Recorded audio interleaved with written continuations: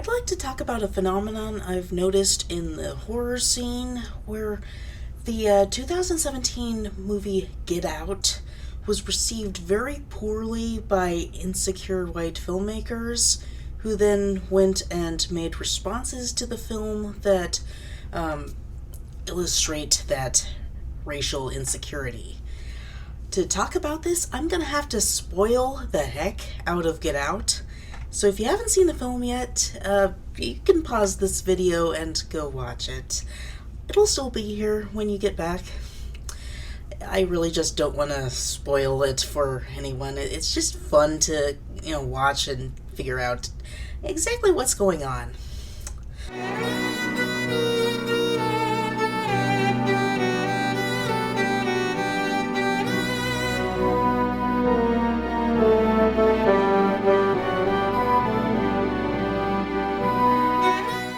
So, Get Out is this powerful film with these racial themes about a black man who's being threatened by his white girlfriend and her family, and it illustrates something that a lot of movies just fail to represent, the way that a white woman can be dangerous systemically to a black man.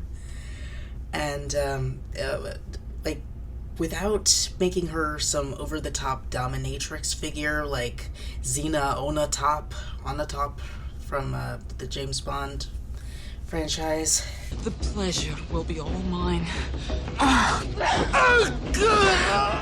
This makes a lot of white people uncomfortable because of this conception of white womanhood as representing vulnerability, inherent vulnerability, in contrast to black men who would represent an inherent threat.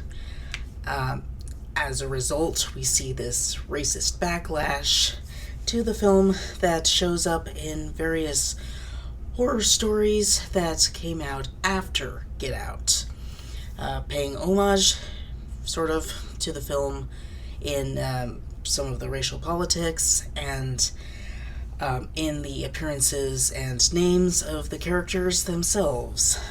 This is seen by the people doing it as a feminist action responding to a perceived misogyny in Get Out that black people don't see because it's not misogynistic. It's just depicting an evil woman.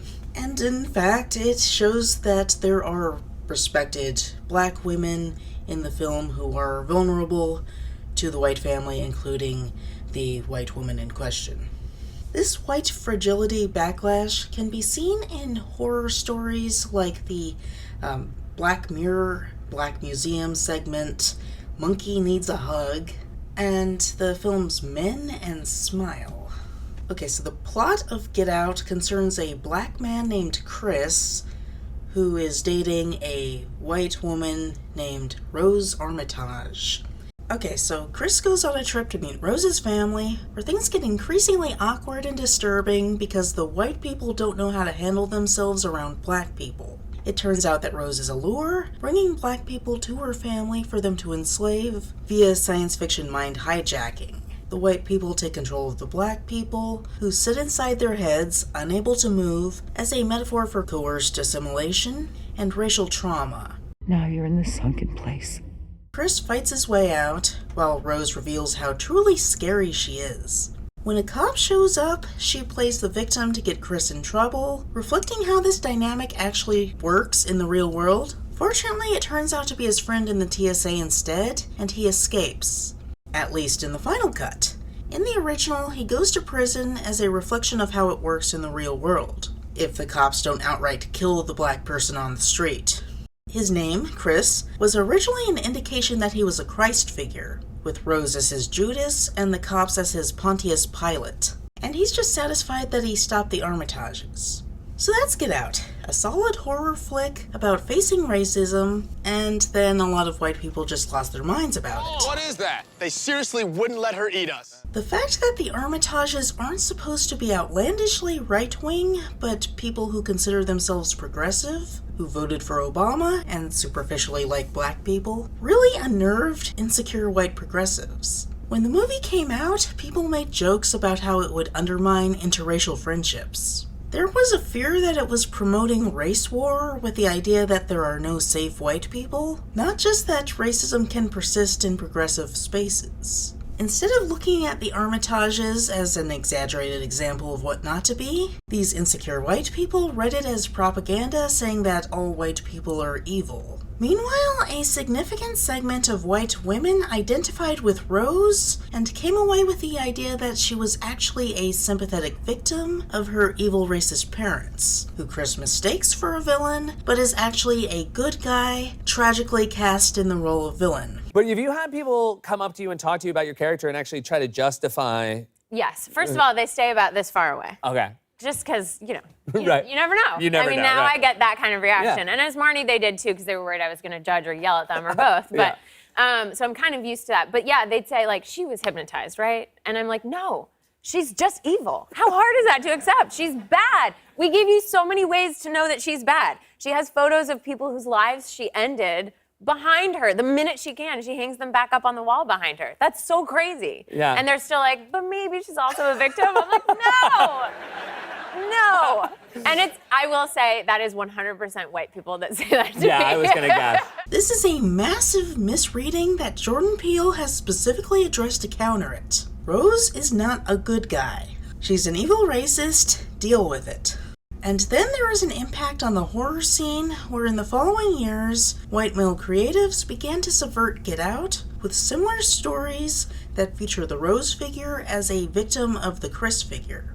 Black Mirror's Monkey Needs a Hug is about a white woman in a relationship with a black man who is revealed to be deeply abusive. At first, everything seems fine. However, after she falls into a coma, the episode's Faustian villain offers the man the opportunity to interact with her by having her personality transferred into his consciousness. She then suffers the same fate as a black victim in Get Out, trapped in a sunken place-like area in a black man's brain.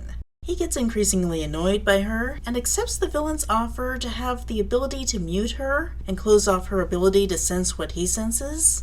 He then ends up dating a black woman, and to make that relationship work, he has her brain transferred into a monkey toy to give to their kid, only allowing her to say, "Monkey loves you," and "Monkey needs a hug." The black woman then behaves abusively to the white woman in the monkey toy to make her go along with it. And we're left feeling for the white woman who pitifully suffers at the hands of black people. I doubt the use of a monkey is coincidental, in light of the animal's use as a racist comparison. It effectively says that racism is no longer a problem, that black people abuse innocent white women, and that white women are now treated as badly as black men once were, in subversion of the Chris narrative.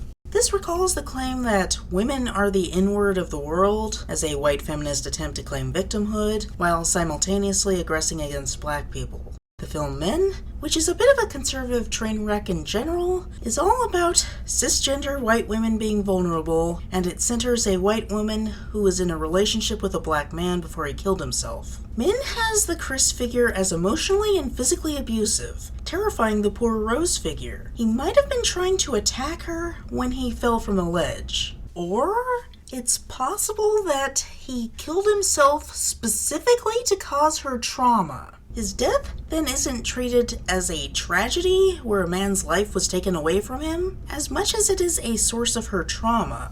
The Green Man, a spirit of nature in European folklore, ends up taking on his appearance to terrify her, and the Green Man in this movie generally stands for men as a terrifying existential threat that must learn how to get along with women. Finally, Smile centers on a white woman named Rose in a relationship with a black man. Does that sound familiar?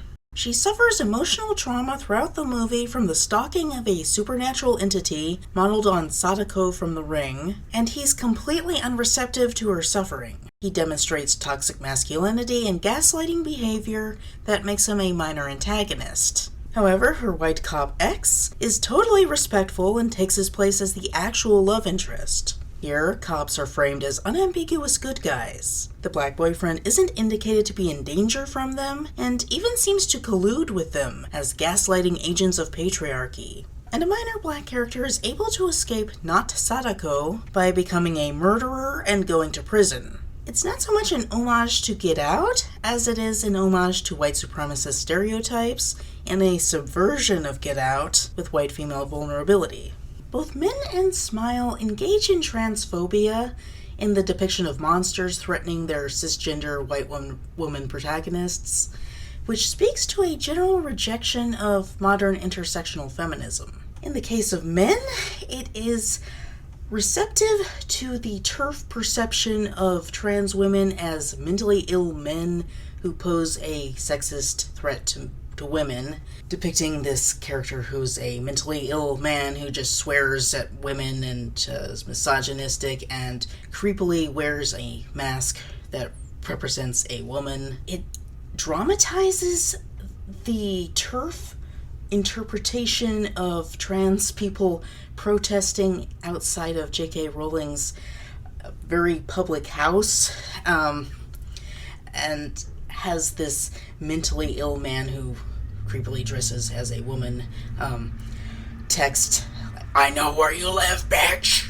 And this is supposed to represent this terrifying existential threat of men to women, which shows a rejection of modern intersectional feminism that would honor the experiences of trans women and the experiences of black women who experience racism at the hands of white women, and the recognition of racism as a systemic problem in Western society. The climax of Men then loosely adapts Arthur Machen's The Great God Pan into this transphobic bodily horror, cosmic horror thing where the Great God Pan, or the Green Man, which is basically the same thing, gives birth to various men, including the mentally ill man who represents trans women. In this grotesque male pregnancy, itself transphobic. Then Smile is less overt, but then has the not Sadako figure be this kind of androgynous figure and grotesque and scary, taking on male appearance while initially presenting as a female figure. Given that the director must have studied The Ring, given that it's such a close knockoff of The Ring, it seems pretty clear to me that it's a reference to Sadako in the book The Ring actually being intersex. So this makes Smile both transphobic and interphobic in its projection of white female cisgender vulnerability, in its rejection of the intersectional model of feminism. Thing to keep in mind is that TERFs are basically racist white women. They have a few women of color within their ranks, but they're very tokenized. For the most part, it's just a movement of racist white women.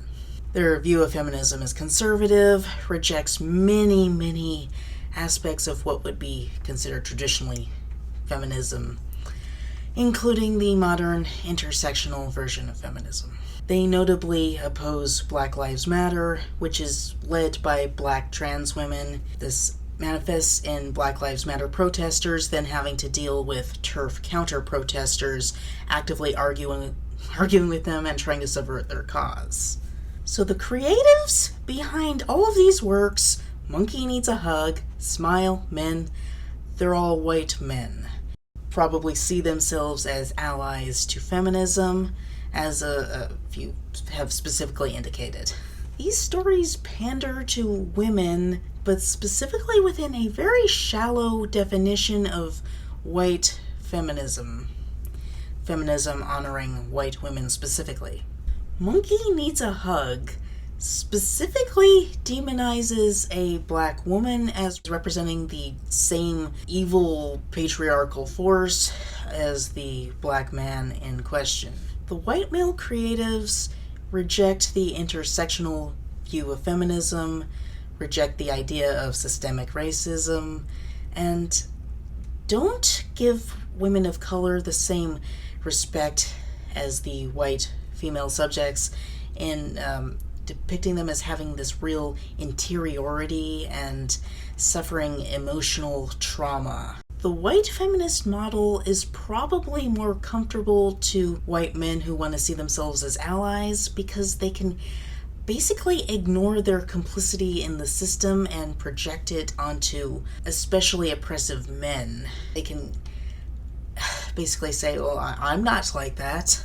And it's harder to say that when they're not just guilty on the gender dynamic, but complicit in racial oppression.